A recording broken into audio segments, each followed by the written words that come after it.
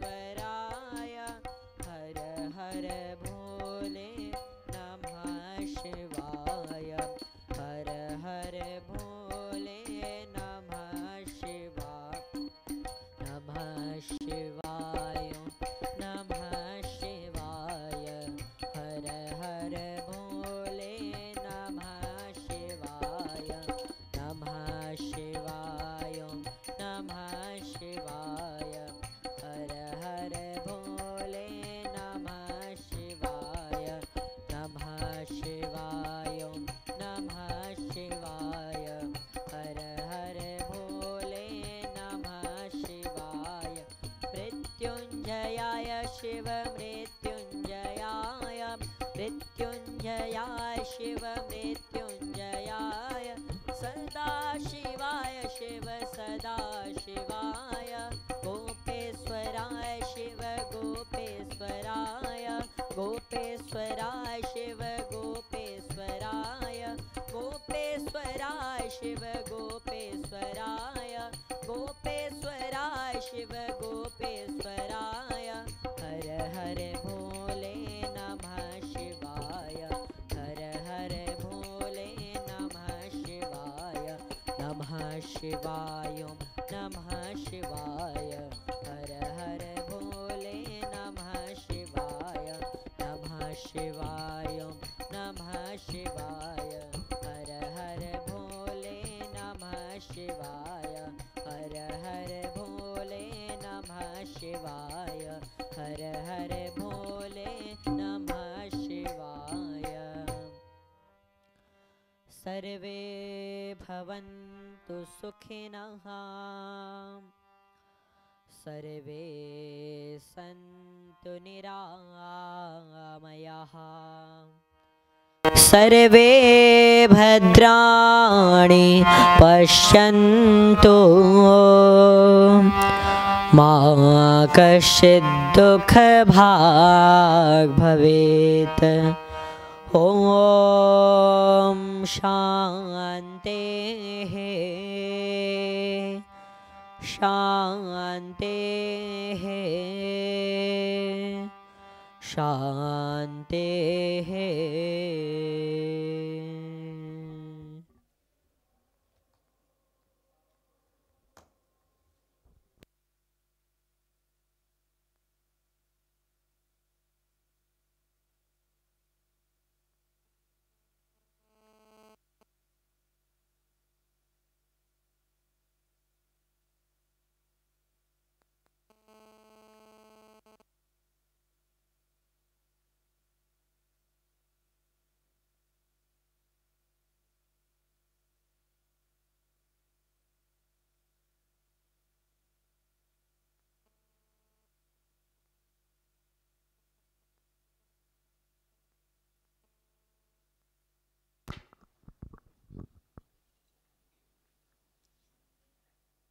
Welcome to Satsang.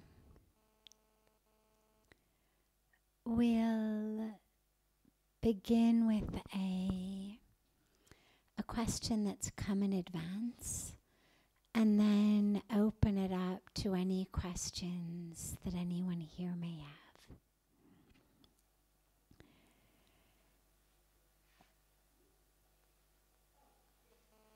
How can I control my anger? Because of my anger, I end up hurting those I love most, and am destroying my relationships. I end up expressing my anger only in my close relationships. I am unable to express my love toward them. How can I get over that block, control my anger, and express my love and affection?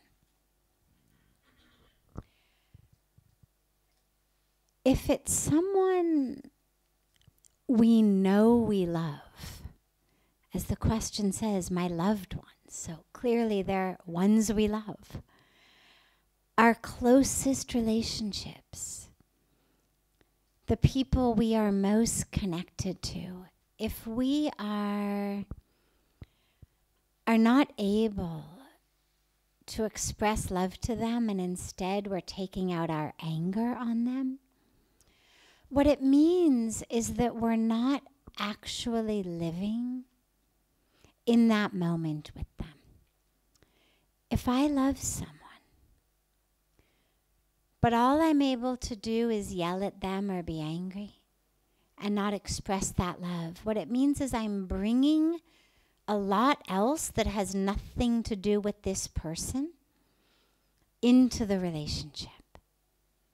It means I'm bringing stress, anger, unfulfilled expectations, all of my psychological drama and complexes into the relationship. It's safe. We all know if you lose your temper at your boss, chances are you're going to lose your job. And so we tend not to lose our temper at our boss.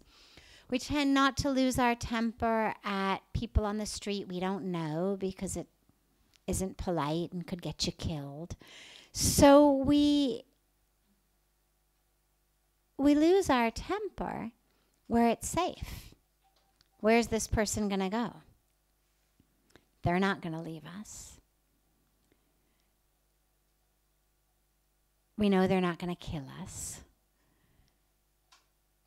Nobody's looking, so it's not about being embarrassed on the street.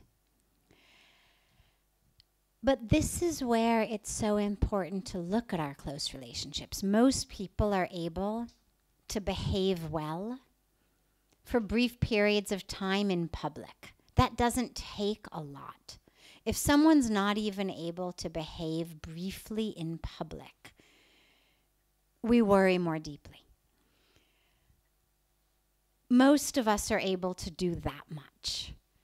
The question becomes when we are with someone for an extended period of time, a very close relationship, we live with someone, and where we feel safe and comfortable.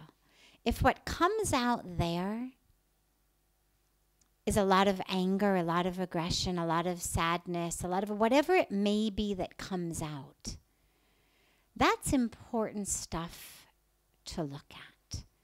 Clearly, it's not about that person. Clearly, we're bringing something into the relationship, and it's important to look at that. The other thing that makes us so angry at our loved ones is expectations. We go into relationships with expectations, how you are going to be. And most people are really good in the dating, courting phase of relationships. And so our expectations get fulfilled very nicely. This person is very nice to me. They are always on time. They always show up with chocolates or flowers or some other gift. They're very considerate. When I want to tell them my thoughts and my dreams and how my day went, they're very interested. They want to listen. Then the months go by, the years go by, we get married, have a house, have a family. Suddenly, all of that, which we had been so attached to and accustomed to, well, most of that is just kind of courting phase of a relationship. In order for a relationship to be deep, it has to be built on things other than flowers and chocolates and gifts and showing up on time and, necessarily listening to every single story and drama of your day. There's got to be a deeper foundation for it. But if what I'm going into that relationship with is expectations, the person's not always going to fulfill them. They fulfilled them in the beginning or I wouldn't stay in the relationship. But expectations grow. The more we get, tragically, it's sort of an aspect of not such a pretty part of human nature. The more we get, the more we want.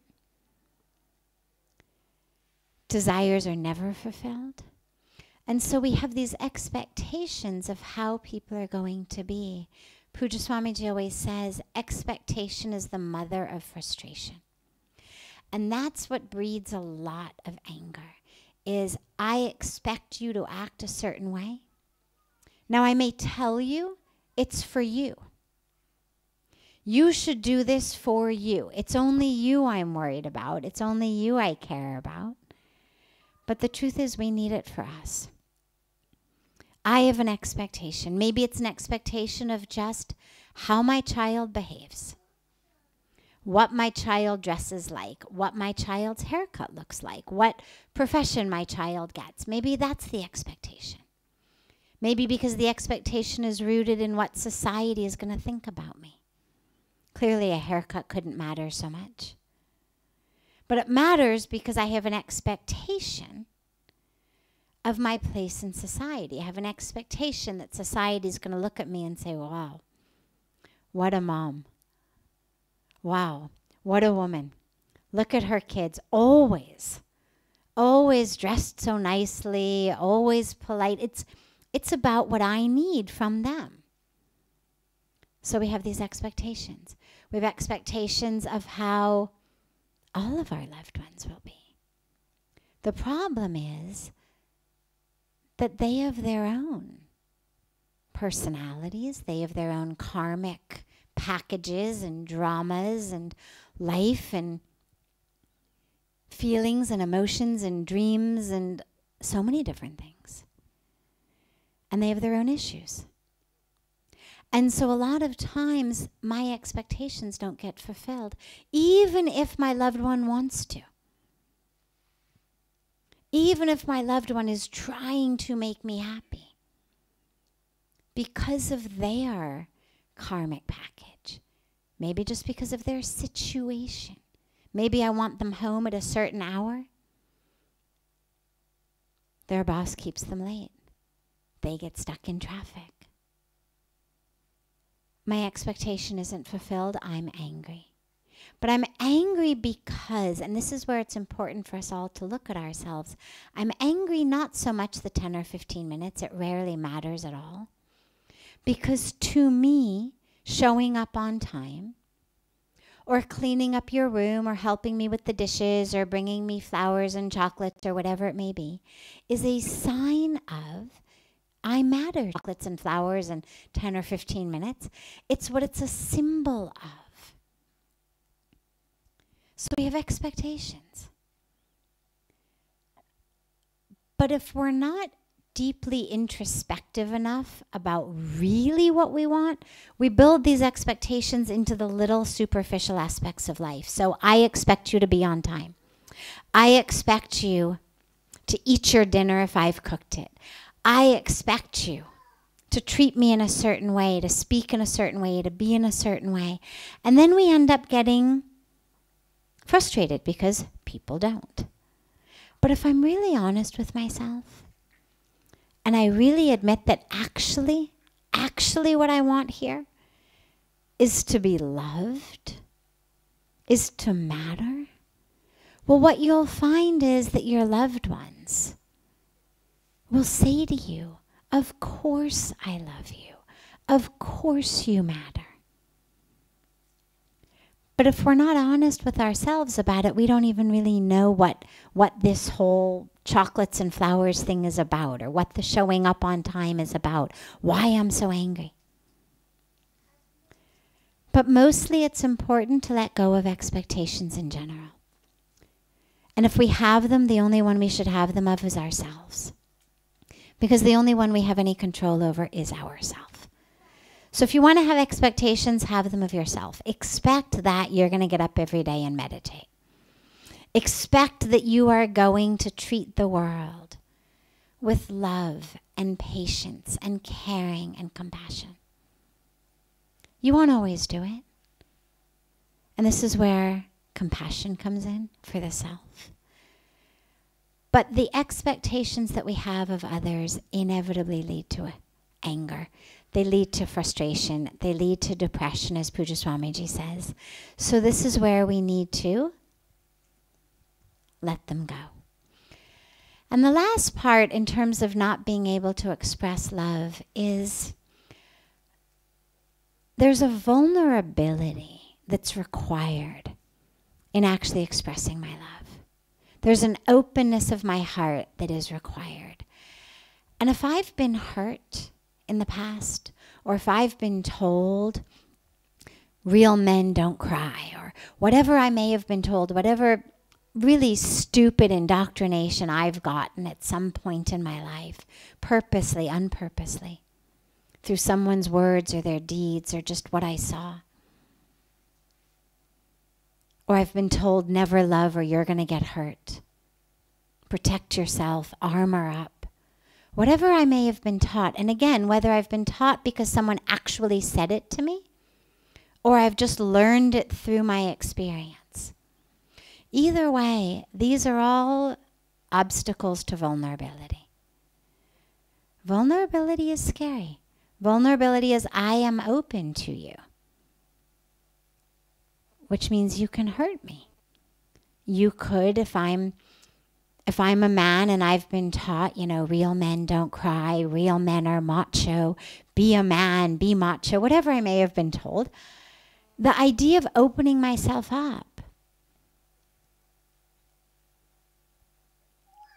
and being vulnerable and allowing the possibility that I might get hurt, well, that's scary. That goes completely against everything I've ever been told. And so, of course, I'm not going to be able to do it unless I find that courage. And if I've been hurt before, if someone's betrayed me, abused me, emotionally or physically, however they've done it, if I've been betrayed, my own ego is going to say, don't open up. My own ego is going to say, don't ever tell people how much you care. Don't open your heart in love. You're going to get hurt. You're going to be betrayed. But this is where our courage is so important. Because, yeah, you may get hurt.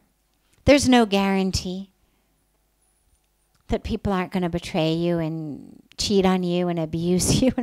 No guarantee. But the only guarantee is that if you move through life with a closed heart, you miss the whole point. That is a guarantee. You cannot experience the truth of who you are with a closed heart. You cannot experience the divine with a closed heart. Because the divine is love. And who you are is love. And so if our heart is closed, we have cut ourselves off from the truth of who we are. That's the only guarantee. And so we open our heart. And we love. And we express the love.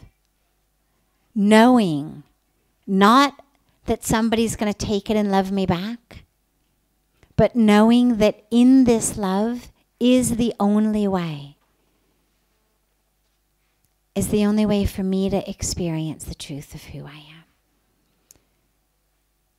And so to the asker of this question, realize that literally your very life is at stake. Not your physical life, but the purpose of your life, the meaning of your life is at stake. Open up. Yeah, it's scary. Yeah, you may get hurt. But literally, your life depends on it. And lastly, that doesn't mean, of course, that we're vulnerable in silly ways. This person is talking about my closest family members. So it's an already intimate situation. Being vulnerable, opening ourselves up, doesn't mean we put ourselves in harm's way foolishly or knowingly. Doesn't mean we leave our common sense at the door. It means we test the waters first. Again, there's no guarantee. But you test the waters. If you're not a great swimmer, you're going to go in the shallow end. Step by step by step before you actually let your feet get off the ground.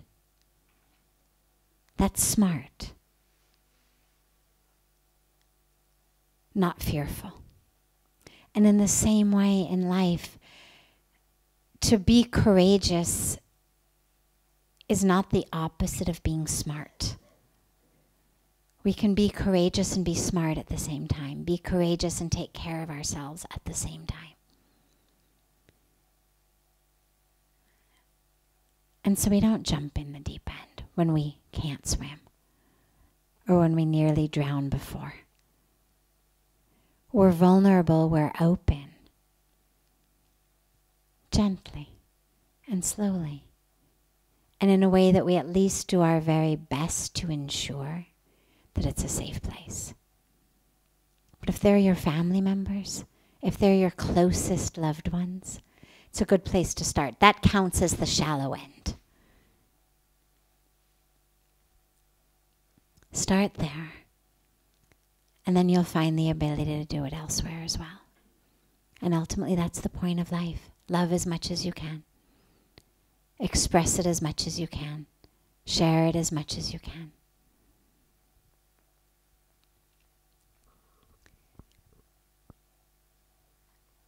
Other questions?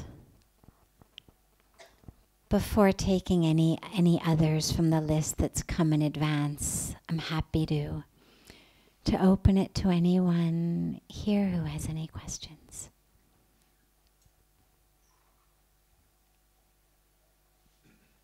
If there are any, yes.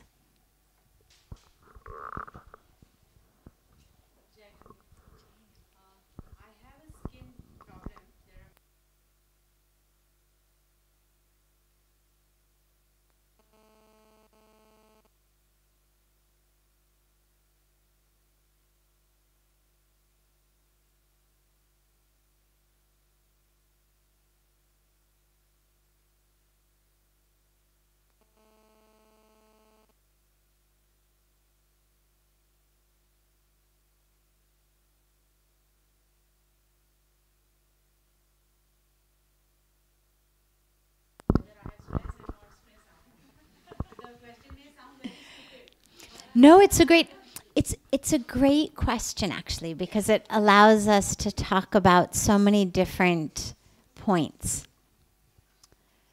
So stress is, as these doctors have told you, the cause, or certainly a main precipitating factor in a lot of different illnesses and ailments, including skin eruptions. As you say, God has been very kind to you. There's no apparent cause of stress. Tragically, simply having everything in our life is not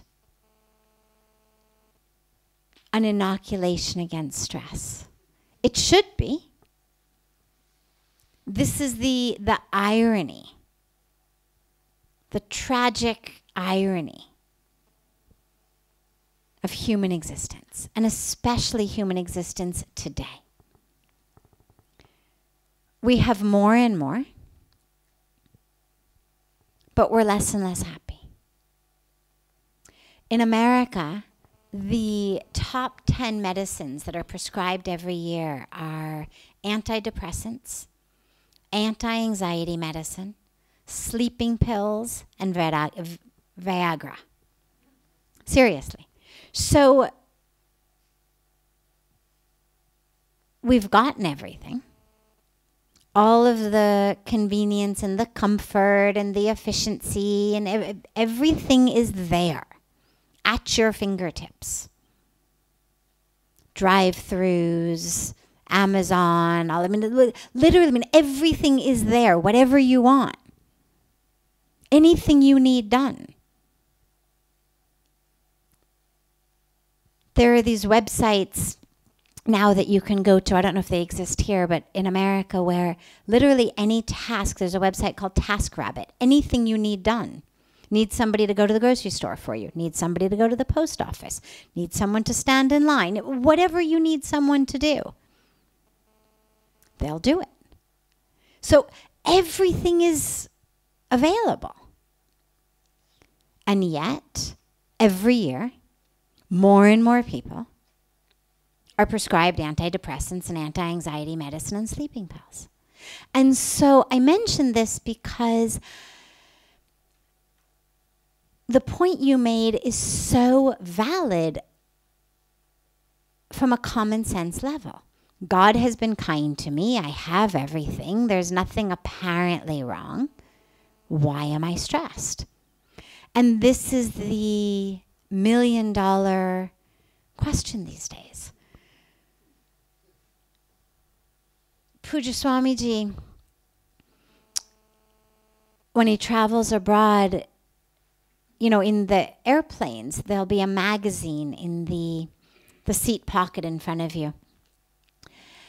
And many years ago, I remember seeing him. He was flipping through it, and he turns to me and he says, all these advertisements for stress management programs, stress management. It's like, isn't this the place where everybody's got everything figured out and everything's been achieved and accomplished and bought and whatnot?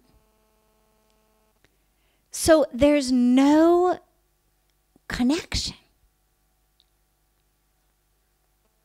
And we know now psychologically, I mean really scientifically, that once people are beyond the level of actual poverty, not having enough to eat is a cause of stress. Not having medicine if you are sick or a family member is sick is a cause for stress. Not having a roof over your head when it's raining and cold, cause of stress. But once you get people out of the level of poverty, doesn't matter how high you take them, they don't actually get happier and happier and happier. And so then we look at, well, what is it that causes stress? And where is that stress inside of us? For me, it comes down to what I call trying to squeeze orange juice out of a cow. A cow is a wonderful animal, and it gives us milk. And assuming that we have allowed the cow to graze outside on grass in the sunshine and fed it organic food and treated it with great love, that cow is going to give us milk that's nourishing and wonderful. But if in my mind I've decided that what I want is orange juice, you can squeeze the udders of that cow as much as you want and you're never going to get it. But the tragedy of that is that in my mental state of I want orange juice, I also actually deprive myself of the benefit of the milk. Because I'm just letting this milk run down the side of, the cow home as I'm squeezing, trying to get orange juice out. Now, orange juice is great. Nothing wrong with orange juice. It's not that milk is better than orange juice, but orange juice just doesn't come from cows. If you want orange juice, you need orange trees, and you need a juicer. Or you need to go to the grocery store and buy orange juice, but you're not going to get it from squeezing the udders of your cow. And the problem with the way that we live is what we want is love. What we want is joy. What we want is peace. What we want is deep connection. But where are we looking at it? Looking for it? In external things. We're looking for it in a nice shopping trip, a nice holiday, a nice possession, more money, a better career. And it just doesn't exist there. And so we literally spend our lives trying to squeeze joy, peace, love, meaning, connection out of money, out of possessions, out of titles. Doesn't exist there. And so we're stressed because we're wanting something that we know we should have. It's actually our birthright. I mean, to live in peace and joy and divine connection is our birthright. It's who we are as divine.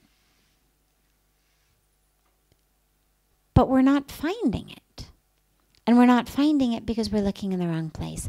And then also we end up depriving ourselves of the benefit of what general comfort and convenience can give us. Again, nothing wrong with that. Money can buy lots of things, but it doesn't buy happiness. It doesn't buy peace. It doesn't buy meaning in life. It doesn't buy connection. And when I'm looking for those things in it, we get stressed. We also get stressed as we're distracted more and more, pulled away more and more from our center. And so for you, what I would say is ask yourself on a deep level, what is it I'm most looking for in life? Am I finding it? And if I'm not finding it, well, there's your cause of stress. But then in terms of the solution to the stress, to ask yourself, where am I looking? If you don't have a cow and you want to buy milk, you're not going to go to the shoe store because you know it's going to be an exercise in futility. It's like that great story of the woman who's outside in the road in the night and she's on her hands and knees looking for something under the streetlight. And this wise man walks by and he says, "Mother, what are you looking for?" "Oh," she says, "I've lost my key." He gets down on his hands and knees. He helps her look. They don't find it. And after some time, he says, "Mother, where did you lose it?" And she says, "Oh, I lost it in the house." And he says, "Well, so why in the world are you looking for it in the street?" And she says, "Because it's dark in the house. Can't see anything. Outside, we've got this great bright street light. So I thought, let me come out here and look." And he says, "Go back in the house. An army couldn't help you find it out here." And this is the same illustration. We're looking for something where it doesn't exist. Now again, there is nothing wrong with careers and titles and money and possessions, as long as we're not looking for our joy and peace and meaning and connection in them. Just like if when the man walked by, when he asked the woman, "What are you doing?" If she had said, "Oh, I'm taking a stroll. I'm enjoying the moonlight. I'm getting some fresh air." Great, nothing wrong with it. It wasn't being outside that was the problem. It was that she was outside for the purpose of looking for something that didn't exist there. So if we understand where it exists, then we know where to look for it. And that's the answer to the stress. The last part, though, that it feels important to also share with you, because I'm not a doctor. And I can't guarantee you that your skin rashes are stress related. If doctors have said they are, maybe they are. But doctors aren't always right. And there's also a tendency in all of us, but especially in the medical profession, to sort of write off everything that we don't know the cause of as it's in your mind. And before you, I have a background in psychology, and I now have spent 23 years immersed in spirituality. And a lot of people come to me a lot of the time and will say, "I've got these symptoms," or "I have this illness. Can you teach me the mantra to make it go away?" Or give me a meditation. The doctors have said it's in my mind. And the very first thing, and in some cases people haven't even been to the doctor because they just think it's in their mind. And the very first thing that's most important to me is, if you haven't been to the doctor, go to one. If you've been, get a second opinion. Because before we start blaming ourselves, I mean, meditation is great. Mantras are great. We should do them all the time, because we need them for our spiritual awakening. We need them for our mental peace. But they're not always necessarily the answer to everything that ails our physical body. So do the meditation anyway, do the prayers anyway, do the mantras anyway, and go to the doctor, and get a blood test, and get an X-ray or an MRI or an ultrasound or whatever. I'll tell you a personal story on this. Many, many years ago. It was 1998. So I had been in India only 2 years at the time. And I developed very, very severe stomach pain. And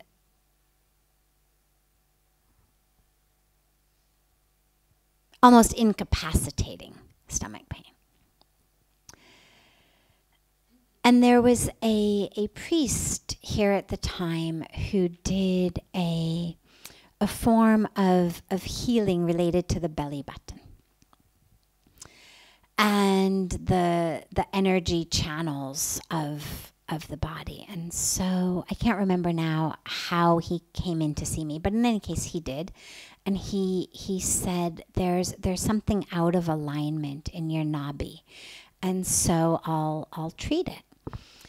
And as I said, I had only been in India 2 years, so I wasn't yet really comfortable with everything. And so I said, fine, but I didn't want him alone in my room doing something that I had never heard of and that sounded kind of funny.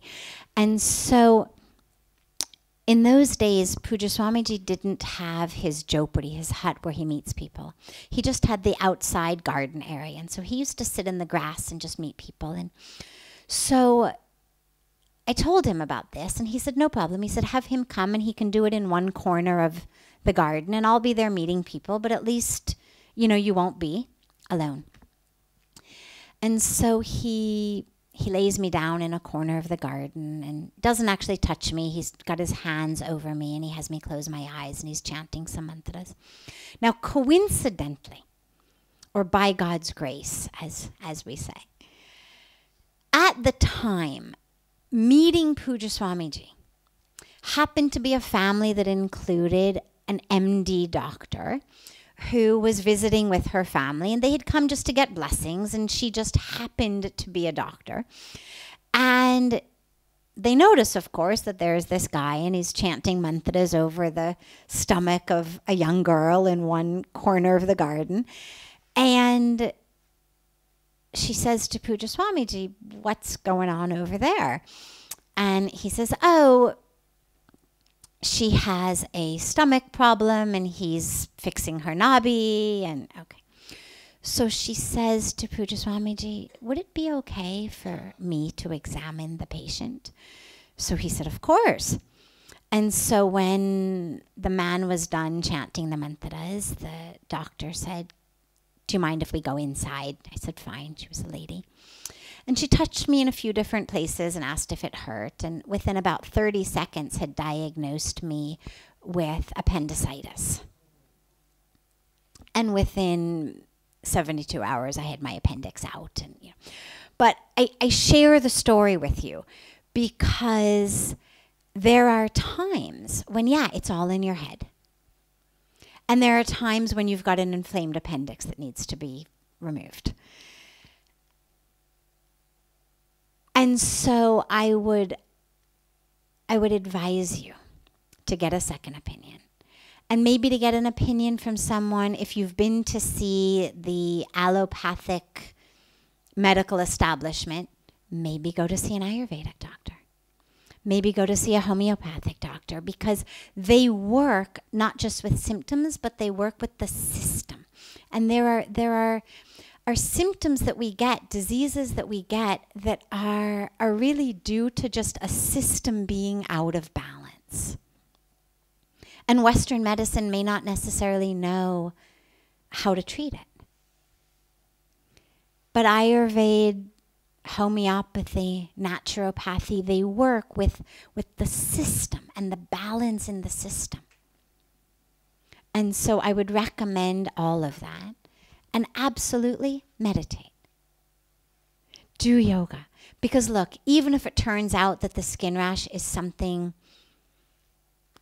connected to your brand of laundry detergent and nothing else, nonetheless, the meditation will benefit you. Nonetheless, the yoga will benefit you. The mantras will benefit you. So do that practice anyway. If it turns out there is nothing physically wrong with you, then you'll be on the right path to reducing that stress. And if it turns out that it's as simple as changing your laundry detergent, well, you'll still have the great benefit of the spiritual practice. Yeah. Wonderful. Are there any other questions? Yes, last question.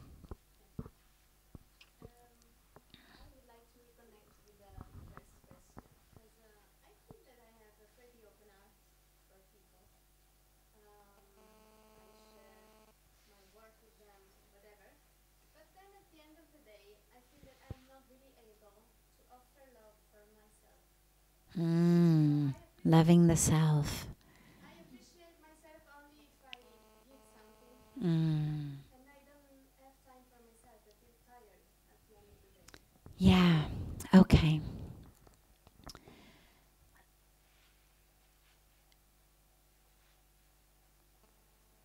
This is something that is so common. And it's really a common tragedy. It's the you are what you do. Your value is rooted in what you do. And it's something that most of us get in very early childhood. Our parents don't mean to do it to us most of the time, but it's just natural. We clean up our room, we get lots of love. We don't clean our room, we get yelled at. We come home with a report card of straight A's. We get lots of love. Not only do we get the actual punishment of having to sit in our rooms and study, but we also get yelled at. In some families, we may be spanked. We get deprived of love. And so very early on, even in our parents' best intentions, of just disciplining us, just teaching us how to clean up our room. What we've learned is, you are what you do. And you're not. You're not what you do. And so, nothing you do is going to ever feel like enough. If that's our mentality. And this is where it's so important to realize that the worthiness of who you are has nothing to do with what you do. And I just wish that parents, and of course it's hard because most people give birth to kids in their 20s, and in our 20s we don't know very much. And so it's sort of a tragedy. I mean, I hope that as the human body evolves over hundreds and thousands of years, that we will evolve into a way where instead of being her most fertile at the time when she's most confused, that women will actually be their most fertile at the time when they're most stable. I mean, wouldn't it be great if women were the most fertile and their bodies were the most able to give birth in their 40s and 50s? By the time they actually had kind of figured themselves out? Rather than in their 20s when they were still so scared and so confused and having no idea who they are. But there's this irony in nature that our bodies and the biology of our bodies programs us to get married and have babies. When in very rare cases are we actually psychologically and spiritually able to raise children who really love themselves and who love themselves for who they are, not what they do. And so this is something that so many of us move through the world with. And what it means is that you need to reparent yourself and to put yourself in situations where you are reparented by the universe, in which there is love for you based on who you are, not what you do. And you need to begin by giving it to yourself. We need all of that time for myself when the giving is work. And this again is an interesting irony. When I'm giving from a place of fullness and completeness, when I'm serving from a place of fullness and completeness and love, it's not tiring and stressful. I don't find myself feeling like, oh my God, when am I going to finally be able to do something for me? The service is for me, even though I'm literally serving someone else. It's coming from a place of fullness within me, and so there's no sense of draining. I'm not being drained because I'm constantly regenerating the love inside. The problem comes when I'm serving not out of fullness, but I'm serving out of a need to receive love and appreciation and acceptance in exchange for that, from others and from myself. When I'm serving from a place of, I don't feel good at the end of the day unless I've done this much for others. And the truth is, yeah, we should do this much for others, but not because we need to do it in order to feel good about ourselves. We should do it because we already feel so connected to the world, to ourselves, that service just flows. I give to others because my cup runneth over. Not because I'm hoping that if I give you a drop, you'll give me 10 drops back. I become very depleted that way. And so you need to realize that who you are is worthy, even if you don't do anything. You know, usually my teachings are always about serve, give. In this case, what I would say to you is, give yourself a practice of not doing. Just to see internally how that feels. And what you're going to find is it feels really uncomfortable inside. Not the uncomfortableness of I'm not fulfilling my dharma. Not that deep spiritual, I haven't done my dharma today. But a very psychologically panicking feeling of I don't deserve to occupy my place on planet Earth. I'm not good enough. And so I would literally say to you, force yourself. Maybe it's just a day a week. Maybe it's 1 out of every 10 times someone asks you to do something, you just say no. Without even giving a reason. Just no. Say it with love. There's no point getting angry over it. But just, what does that feel like inside? Just no.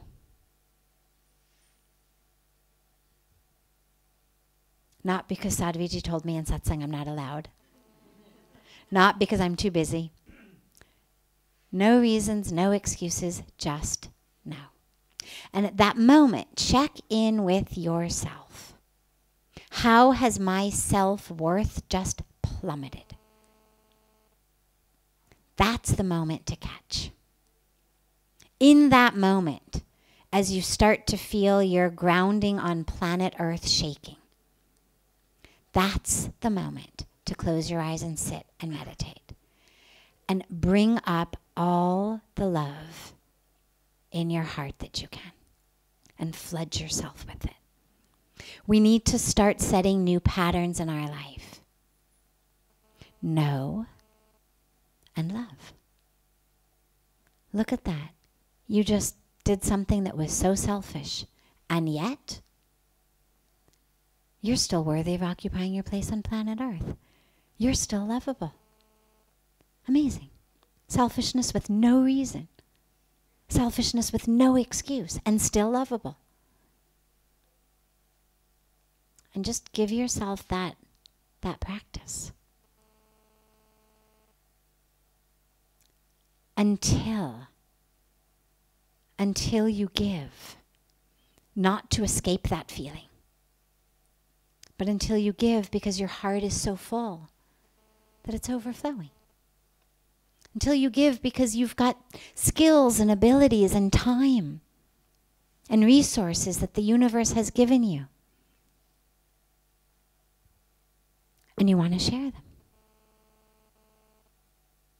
That's the place that service comes from. Not from, I can't bear myself if I don't.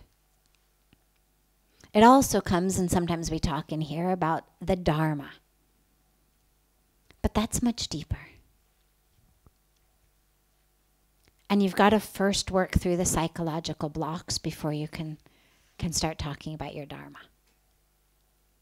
So first we have to get you to the place of feeling love for yourself. Not based on what you do, but based on who you are.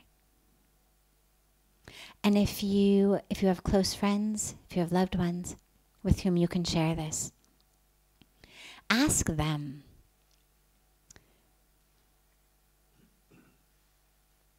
to shift what they praise you for, what they say to you. So instead of, oh my God, that was such a great dinner, I love you so much. You are so caring and compassionate, I love you so much. So shifting it to attributes of who you are that have nothing to do with what you did. Encourage the people around you to love you just for the beauty of who you are, not the physical beauty. And encourage them to share that with you. And allow yourself to take it in. And so when you hear someone say, I just love you, don't say, oh, well, no, it really wasn't such a big deal. No, just. Actually, I only did it because, no. Actually, I know you think I'm wonderful, but really I'm not. No, none of that. Just take it in. Don't even say thanks. Just take it in. And it'll happen. It's happening already. I can see it in your face.